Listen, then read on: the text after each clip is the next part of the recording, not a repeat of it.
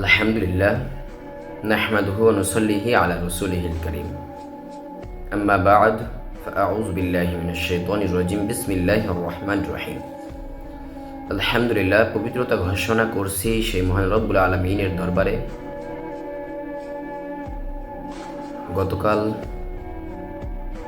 5 রমজান চলে গিয়েছে, আজ আমাদের সামনে এবং আমরা রেখেছি রোজা 6 নম্বর রোজা।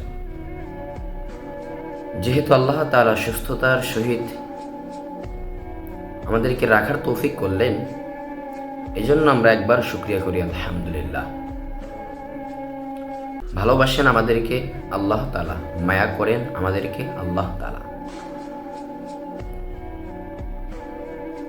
ভালো যদি আমাদেরকে নাই বাসতেন, দেখেন আপনার দিকে আমার দিকে আপনি তাকান, আপনার দিকে আমি তাকাই।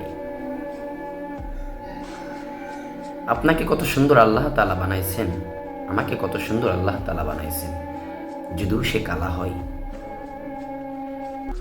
আপনি তার চোখের দিকে তাকিয়ে দেখেন, আপনি তার চুলের দিকে তাকিয়ে দেখেন, আপনি তার নাকের দিকে তাকিয়ে দেখেন, গাল বলেন, সমস্ত কিছু, হাত পা বলেন, এগুলোর দিকে আপনি তাকিয়ে দেখেন, মহান আল্লাহ তাআলা ওই বান্দাটাকে কত সুন্দরভাবে বানিয়েছেন।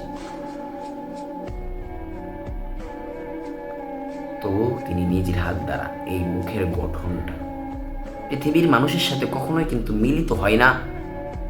হাতের একটা এই চিহ্ন, এটা কখনোই কারোর সাথে মিলে না। কেন? এটা কার তৈরি? মহান আল্লাহ তাআলার তৈরি।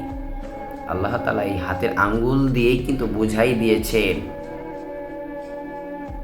কোরআনের মধ্যে একটাও আছে, আমার হয়তো স্মরণ নেই, কিন্তু হে মুসলমান জাতি, আমি আপনাদেরকে বলতে চাই কিছু ইসলামিক আলোচনা, যেটা শুনে আপনার হয়তো দিলটা একটু নরম হতে পারে, কিন্তু আমি জানি এই জাতির নরম হবে না, কারণ এই জাতির এইভাবেই যাবে, এই জাতিগুলো এইভাবেই পৃথিবী লাস্টিং করবে।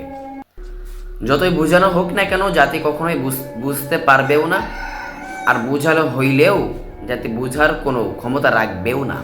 তবু আমি বলি, দেখেন মহান রব্বুল আলামিন আপনাকে এবং আমাকে, সে আল্লাহ তাআলা প্রথমে তো রুহুর জগতে আনলেন।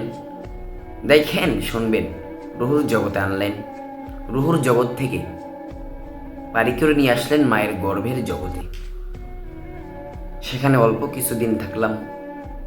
সেই জগতে থাকার পর আল্লাহ তাআলা আবার দুনিয়ার বুকে আনলেন, অর্থাৎ দুনিয়ার বুকের জগতে। সেখানে আবার অল্প থেকে একটু অল্প কিছু, সেখান থেকে মহান রব্বুল আলামিন নেবেন আবার আমাদেরকে কবরের জগতে। সেখানে হয়তো একটু বেশি থাকতে পারি, কিন্তু এই কবরের জগৎ থেকে আল্লাহ তাআলা আমাদেরকে এমন একটা জগতে নেবেন, যে জগৎ আমার আপনার জন্য কখনোই ফুরাবে না। বলতে পারবেন সেই জগৎটা কি? আখিরাত। সেই জগৎটা তো আখিরাতের একটা জগৎ। দেখেন মুসলমান জাতি, আমি যা ভাবতে পারি ভেবে নিই, এটাই সত্য, মরতে হবেই হবেই হবেই, এটাই সত্য কথা, মরতে হবেই হবেই, এর মধ্যে কোনো ভুল নেই। আপনি হয়তো আল্লাহ তাআলার ঘর মসজিদে আপনি আসছেন না, কিন্তু মুসলমান, এমন একটা সময় আসবে যেই সময় ওই মসজিদের খাটিয়া আপনার উঠোনের সামনে গিয়ে দাঁড়াবে। আর সেই খাটিয়া হয়তো বলবে যে, দেখো, তুমি তো কাল হতে যাও নাই, কিন্তু আজ হতে এসেছি আমি তোমার ঘরের সামনে, অথচ তোমার উঠোনের সামনে। তুমি কাল হতে গিয়েছো মসজিদের সামনে দিয়ে, কিন্তু আমার কখনো যাওয়া হয় না তোমার বাড়ির সামনে দিয়ে, তোমার বাড়ির ভিতরেই ঢুকতে হয়। তাহলে কি বুঝলেন?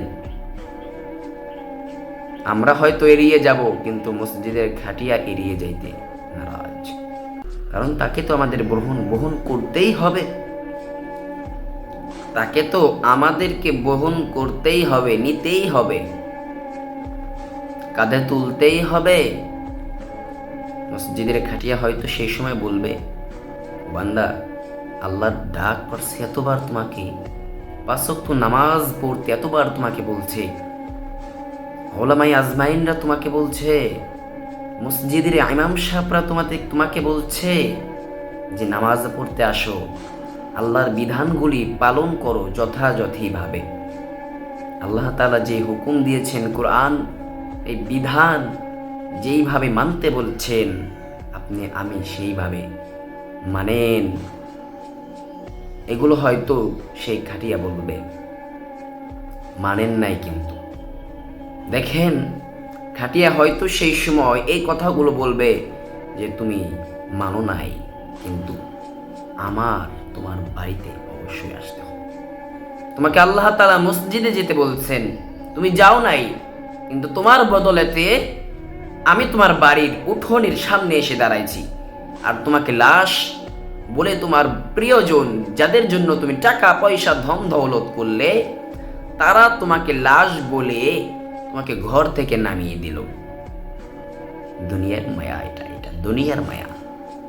আমরা যারা সকলে আছি, এটা হচ্ছে একটা দুনিয়ার মায়াই পড়িয়া দুনিয়ার দিক এমনভাবে আমরা তাকিয়ে আছি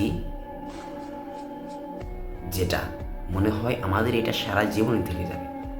ওহে গদ্ধব মানুষ, এখনো কেন বোঝো না এই দুনিয়াটা একটা ষড়যন্ত্র করছে তোমার ব্যাপারে? বুঝো নাই? শয়তান তোমাকে ষড়যন্ত্র করে আল্লাহ থেকে সরিয়ে নিয়ে যাচ্ছে, আর আল্লাহ চেষ্টা করছে, হাইয়া আলাস সালাহ হাইয়া আলাল ফালাহ, তোমাকে কল্যাণের দিকে যাচ্ছে। মসজিদের মুআজ্জিম মনে করো এটা আল্লাহর ডাক। গদ্ধব মুসলমান জাতি, এখনো তোমাদের মাথায় হুঁশ আসে নাই। তোমরা বুঝবে কি করে দুনিয়াটা একটা তোমাদের সাথে বিরোধিতা খেলা খেলছে। এই দুনিয়াটা তোমাদের সাথে একটা বিরোধিতা খেলা খেলছে।